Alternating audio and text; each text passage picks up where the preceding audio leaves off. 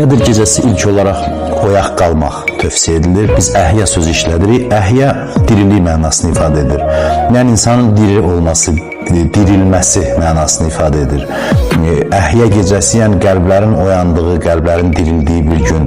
İnsanın təkcə gözünün oyaq qalması lazım deyil bu gecədə. Həm də insan qəlbən oyanmalıdır, özünü təftiş etməlidir, öz keçmişini bir daha gözünün önünə gətirməlidir, buraxdığı səhvləri etiraf etməlidir. Bu gecə düşünmək fürsətidir. Qədir gecəsində eyni zamanda müəyyən dualar edilir.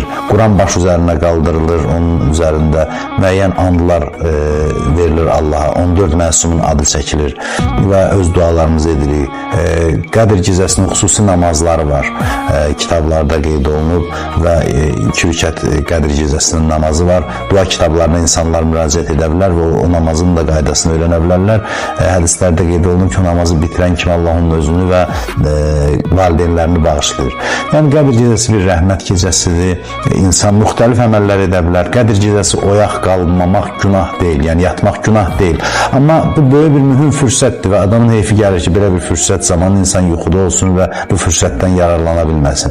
Fürsətdən yararlanmaq üçün isə oyaq qalmaq, o gecəni mümkün qədər ibadətdə keçirmək, dualar deyildikdə həm kitablardan nəql olunmuş dualar, eyni zamanda da öz dilimizdə, öz başa düşdüyümüz tərzdə Allahla danışmağımız lazımdır. Öz istəklərimizi Allaha ifadə etməyimiz keçərlidir. Yəni öz dilimizdə də olsa qəlbimizdən gələn sözlər Allaha